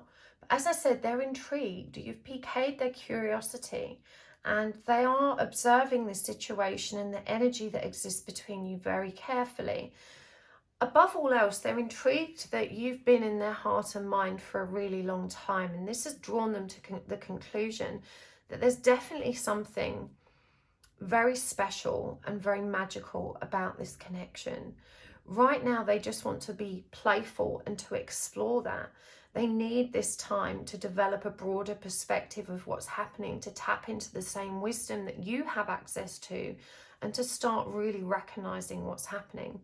Now, it says here broken open, and remember we discussed that crown coming off of the tower and this heart awakening that this person's experiencing. And stag spirit suggests take the lead. But for me, this is about them in that divine masculine energy wanting to take the lead. They're reminding you to lead by example. You know, this isn't about you elevating yourself to a dominant position by demonstrating your knowledge, your skill, your understanding. You know, it's not about telling them, it's not about showing them. But, you know, when they ask how you are, or, you know, these things come up in conversation, you having space to share your experience of growth and healing from a very personal perspective without, you know, infringing on what they should or shouldn't be doing. This is where you're going to have the most impact. Right now, they are very much still in runner energy, and they're in that controlling energy. As we've seen, the ego still has a hook in them. And so by allowing them, you know, to maintain that role whilst very gently, you know, nurturing their spiritual curiosity by just being open and leading by example is what's guided here. The snake spirits come up a lot in my readings recently, and obviously it's a powerful symbol of creation. In this deck, it's represented by number 55, which are the numbers of high learning and transition. You know, they're very powerful numbers, 55, when they come up together. And it's suggested here, time to heal. I'm pretty sure this came up in one of my other readings, but you've got to remember what the snake spirit symbolizes. It's all about growth and shedding skin. You know, the snakes have to shed their skin, despite it being a very uncomfortable process. If they didn't move through that process, they would die. And so, you know, their higher self is showing you here that both of you are healing at the same time. It may appear that they're not doing a lot and that you're all doing the work, but there's definitely some synchronistic, beautiful, harmonious stream of energy here that is inspiring you both, you know, to go within, you know, to be in that energy of curiosity and discovery when it comes to self and spirit. Be at home. This is connected to the karma. This is where they need to be right now. And, you know, the divine matrix, being a number 44, reminds us about stability, harmony, security, you know, and control. Again, this is Emperor energy. Number 4 is the energy of the Emperor, which is also more Aries energy, very driven, very controlled, trying to bring everything back into balance. So for sure, whatever's going on in their home life, that's where they need to be right now. And again, there's a message there for you to recognize that and to try not to be too impatient, you know, when it comes to this weight. Patience is definitely indicated here, and we must remember that, you know, patience isn't it's not waiting. Patience isn't waiting. Patience is just allowing whatever is and accepting whatever is, and, you know, until what's meant to happen happens. Just see what the message cards say. Your ultimatums stink. You are so beautiful and kind. Don't ever think I don't see that. Everything we say to one another is filtered through the lens of our own pain. That one comes up a lot as well at the moment. This situation hurts too many people. My heart says yes, but my head says no. One more from these. I'm going to get some tarot cards to clarify them as well. You are the most beautiful love story. Your ultimatums stink. You know, at some point or another, you have laid down the law and said, this is how it's going to be, or it's not going to be at all. These are my boundaries. These are my conditions. These are my expectations. Step up or step out. And you were quite firm about that. Now, this has come up over that be playful energy. And, you know, this is such a challenging journey, because whilst we're trying to learn unconditional love, we always have to remember that unconditional love starts with us. And on that note, of course, healthy boundaries are absolutely imperative for you to enable healthy relationships. But an ultimatum, which is a you do this or this isn't going to happen type of energy, is somewhat coercive. You know, there's a difference between drawing a line in the sand and saying, you know, these are my values, these are my expectations for healthy love and communication, and an outright, if you don't do this, I'm not going to do that. You know, you've got to be real and honest with yourself about where this came from, because as we've seen, you're healing from codependence, and, you know, old habits die hard, and we have to reflect on how those attachment kind of behaviors, those anxious attachment behaviors, actually creep in and, I guess, trip us up again. You know, it does feel that you struggle when it comes to slipping into people-pleasing mode.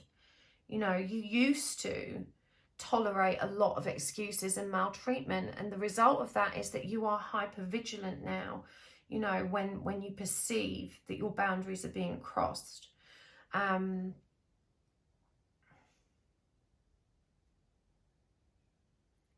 You're a lot more willing to compromise, is what I'm hearing. But you know, it feels like, again, with this wait and watch energy, there's lots of energy about patience here.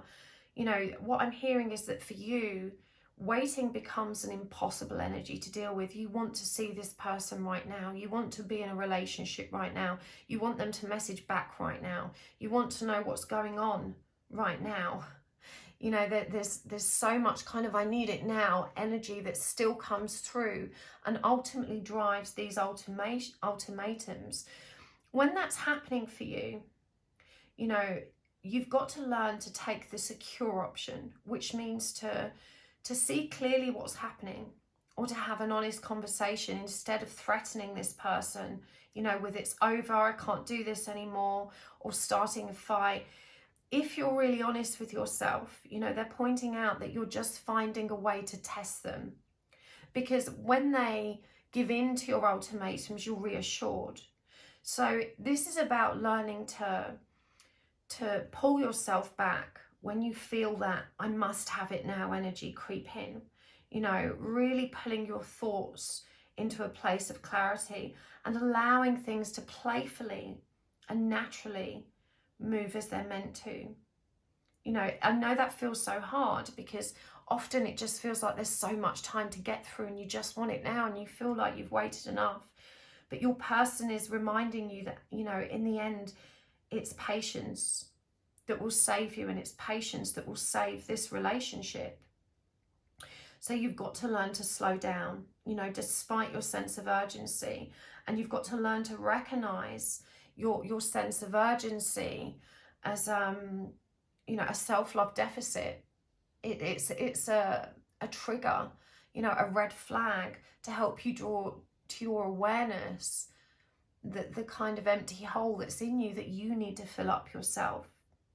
You know, when you're moving from this insecure to secure state, you get automatic thoughts and feelings, you know, that make you doubt your ability to change. And when these self-sabotaging behaviors come up, and it's so epic, you know, it can feel like you've taken thousands of steps backwards. But this is just life testing you. It's the universe testing you. You know, it's showing you over and over where you still need to heal. When these patterns repeat, rather than feeling disheartened, allow yourself to recognize how far you've come and that you're now aware of and recognizing when you're falling back into these old patterns. This person sees you. They know how beautiful you are. You know, they're saying here, don't ever think that I don't see that. You bring them so much light, so much serenity. But these very codependent tendencies that you're healing do continue to be a source of conflict in this relationship. You know, you need to recognize that in order to find true love, in order to be ready for a healthy, committed relationships, you must accept yourself fully. You know, because if you can't do that, your person can't see themselves truthfully reflected in you yet either. You know, learning to trust someone is the hardest, I think, for both of you. You know, you've got to recognize that not everyone is a representation or re-experience of what's happened in the past. Obviously that does happen. In this case, I really don't think it is. You know, and there's a message here about everything we say to one another is filtered through the lens of our own pain. Again, this comes up so often recently. You know, when this happens to you, when you are triggered, when you feel any negative emotion rising in you, that's a trigger. You know, if you feel angry, irritated, frustrated, indignant, furious, guilty, shamed, whatever the negative emotion is, just give yourself a moment to close your eyes and breathe deep and notice what's happening in your body. You know, to ask yourself, what am I telling myself in this moment that's making me feel this rotten? You know, does this situation connect to something in my past? Is there a reason before this that I'm having such a strong response? And it's about learning not to react to that negative emotion, you know, to take some time out, to find a quiet spot, just to breathe deeply for a few moments, you know, to check in with yourself. And if you need to check in with a trusted friend, to, you know, to try and help you reframe the situation, but always try and do that yourself first. That's what being dependent on self is. But both of you are very easily triggered, and it feels like there's a lot of pain in your past that has driven this. This situation hurts too many people. Again, we see that this person's resolving some very profound karma, and it feels like for them to step towards you, you know, they perhaps have to step away from other situations which are loaded with guilt, loaded with shame. You know, they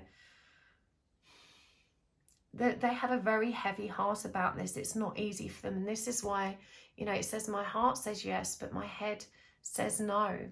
You know, they know what they want, and they're acknowledging here, you are the most beautiful love story, but their head, you know, is still stuck in this karmic situation. Their heart's already made the decision to move towards you. Their spirit, their soul already knows that's the path they want. But remember, we saw that the mind, with that Two of Swords, is still very much indecisive, but they are discovering their spiritual self. You know, they are stepping in to this beautiful fiery power that's allowing them to explore this spirituality. They're also saying that they realize you're not crazy. And you perhaps needed to hear that because you feel like you've behaved that way, and they understand that you're not crazy, you're just healing codependence. You know, they understand that when you obsess about their needs, you know, when you obsess about their needs, you're just not focusing on your own. You know, when they pull away and you cling to them instead of allowing them to leave, they understand that you're just denying your own needs.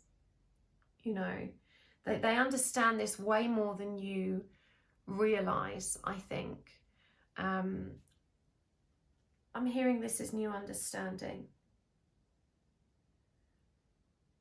They're learning to self-soothe, and they're asking you to focus on learning the same. This is something that you both need to research about. In fact, you both probably are. Is what I'm hearing here. All right, let's get some more archetype cards. What do they need you to know about them that you're not seeing? Rescuer, Thief, and the Gossip. So these are all light attributes. Provide strength and support to others in crisis. Acts out of love with no expectation of reward. So, you know, this damsel in distress energy that you carried before is what really kind of hooks them in, because they love feeling like the macho man hero in these situations. It also says here, with the light attribute of Thief, sheds light on the potential wealth within you that can never be stolen. And that's about the heart. You know, and this person saying, look, just because I'm perceived as being quite cold and uncaring, and I don't seem to respond in such an emotional way as you do, doesn't mean I don't have a heart. They may appear to be very consumed with their material world, and for sure they use this to prop up their ego. But this person does have a heart underneath it all. You know, they haven't been thoroughly corrupted by the corporate sector. You know, they're genuinely holding people's best interests at heart, and that always comes before profit, is what I'm hearing. And Gossip awakens considerations for the feelings of others and honouring trust. You know, you can trust them, is what I'm hearing here. You know, they're not going to reveal you or to make you uncomfortable by discussing what's going on with you with others. And I feel like you really needed to hear that. So let's get some guidance cards and charms before we wrap this up. I want to get some more tarot cards as well. We've got the Knight of Pentacles, the Chariot, the Magician, the Lovers, and the Seven of Cups. Wow, so many major energies there, major arcana energies. Let's get some more animals as well. We've got the White Raven Spirit, Groundhog Spirit, Dolphin Spirit, and the Giraffe. And from the Elke Oracle, let's get some more of these. We've got Bryce, she who surprises. Ordaz, she who resists. Abanolaka, she who battles. Kamala, she who emerges. And Iris, she who changes. I want to get some crystal cards here as well, just to give you an idea of what crystals you can be working with for this connection. We've got chrysocolla, hematite, and citrine. Beautiful. Let's get some charms here as well. Oh, that was just one of the backs that fell out. We'll leave that.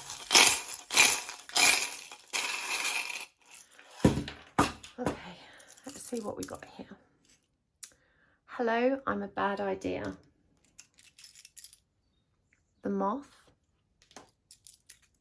the Tape Measure, the Cactus. I don't know what this is. The Book Watch. We'll call it the Book Watch. The Empty Battery. Why? I believe. You are safe with me. You know, this one's been quite similar to pile 2. I think it was pile 2 or pile 1. I can't remember. Hard times. That's just a back, so we'll put that back. And look, another little stag, or I think this is a moose. But a similar kind of creature there showing up for you. Okay, so the final guidance for you before we take this extended. Hold on, there's another tiny one here. A kite. Tiny little kite.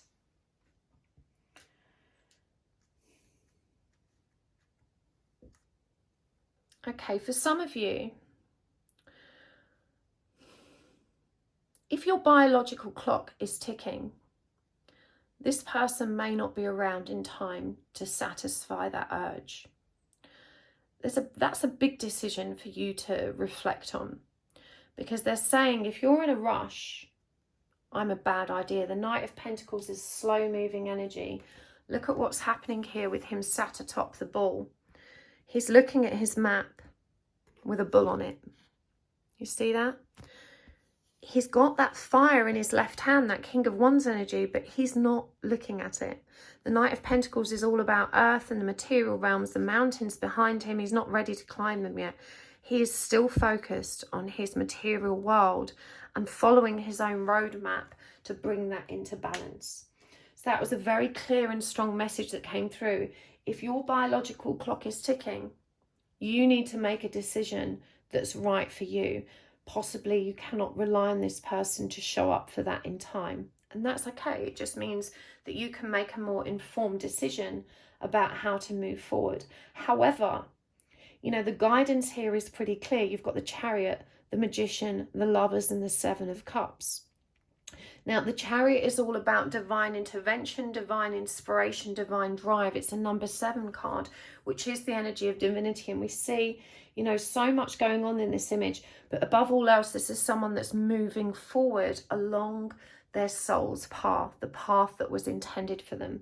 And the Magician reminds you that you have all the tools and skills you need to make this happen. Now, this definitely feels like a very twin flamey connection having come through here. And the Lovers card in this deck, for me, demonstrates it more than any other. We see here that the masculine is on the other side of the river. There is an emotional gulf between them. And look at her tree, all lush and abundant and full of life, and their side is barren. The tree is bare. And you can see the masculine has a serpent tattoo and the feminine has a bumblebee. And the feminine receives this energy from spirit, from source, and she transfers it to the masculine's crown. And this is what we've seen happen. You know, you are informing his spiritual development, but there needs to be some awareness of this gulf that exists between you. And that mountain remains in the background. You both have to find your way towards it. You know, so there is a lot going on here in terms of explaining that, you know, this is a spiritual process. It moves in divine order, in divine time. It's not something you can rush. You only have responsibility, accountability, and power to focus on your side of the work here, you know, and you're doing really great at that. But this person may take a bit longer to catch up. Don't give up dreaming. You know, the pessimism needs to be released, because that interferes with your opportunities of manifesting the life you want. And, you know, you can't manifest specific people, but you can manifest specific circumstances if they're right for you and aligned with the divine plan. So there's a message here that, you know, not to become disheartened. And we see in this Seven of Cups, this person up to their neck in water, you know, overwhelmed by the possibilities, not wanting to make a decision or a choice. You know, we see here she's reflecting on all of these different cups. Which one shall I choose?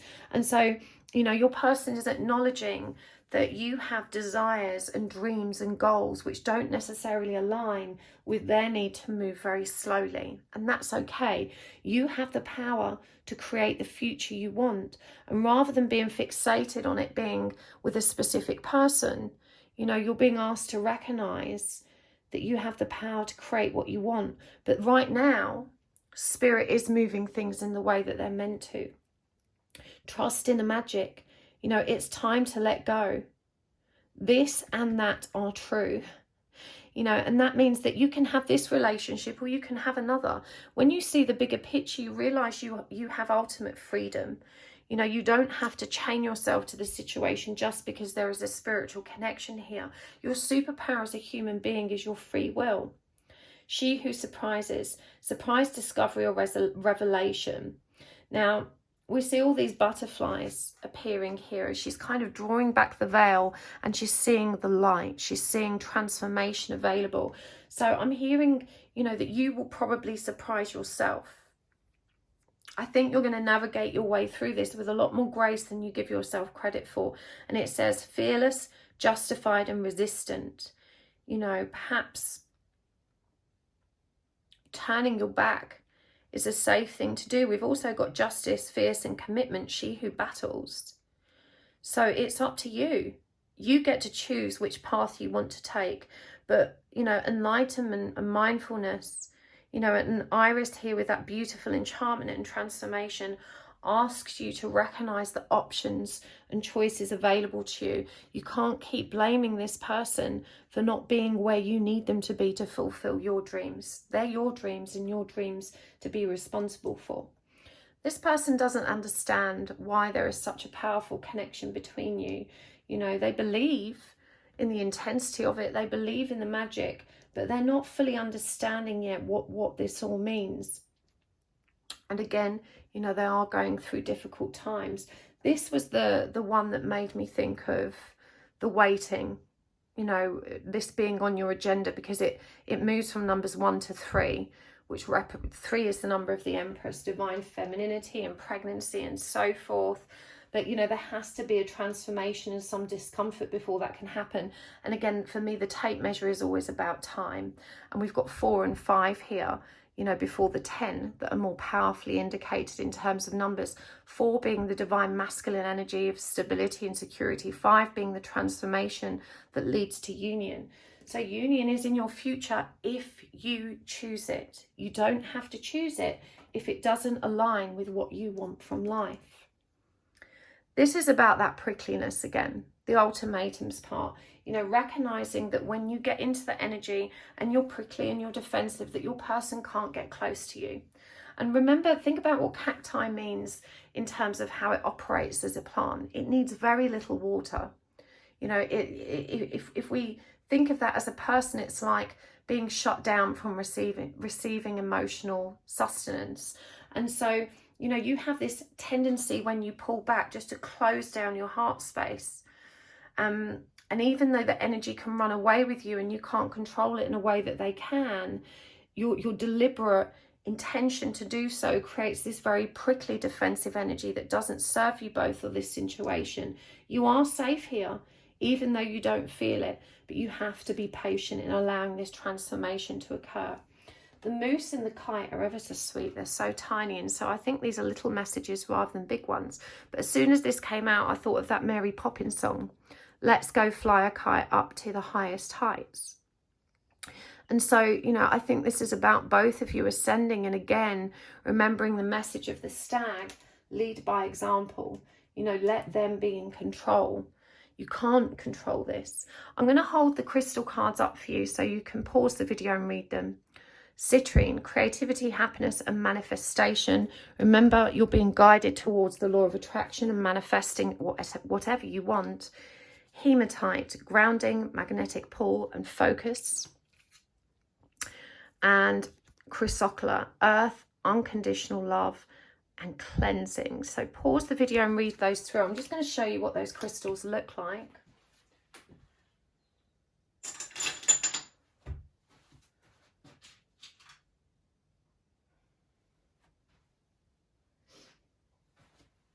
So this is chrysocolla. It's a beautiful kind of purpley stone. This one is hematite. Sometimes it's got magnetite in it and they're actually magnetic, which is very cool, but it's quite a shiny stone. It's excellent for grounding. And this is citrine, which is actually a yellow quartz. You can find this quite easily. So I hope that helps part 3. I'm going to take this over to the extended reading. We're going to go much deeper with the channel messages. We're going to get more of the message cards. Oh, that flew out. What does it say? Tender embrace. Oh, that's such a lovely energy. And it's number 22. You've got these 2 elephants here. Remember, elephants are symbolic of sweet memories and nostalgia. So it definitely feels like this person's thinking about you and missing you. And 22, of course, is connected to the energy of the High Priestess. And this feels like a very warm kind of astral embrace, reminding you that energetically you're always connected. But hopefully you'll join me over at the extended. If not, thank you so much for joining me here. I appreciate you guys so much. Big thanks to those of you that watched the whole pile, because I really appreciate that. And do let me know your comments down below, and I love to hear your feedback. It's so nice to know if this resonated or not and what your experience of this is. And I really appreciate your likes, and if you'd like to see more content like this, please do subscribe.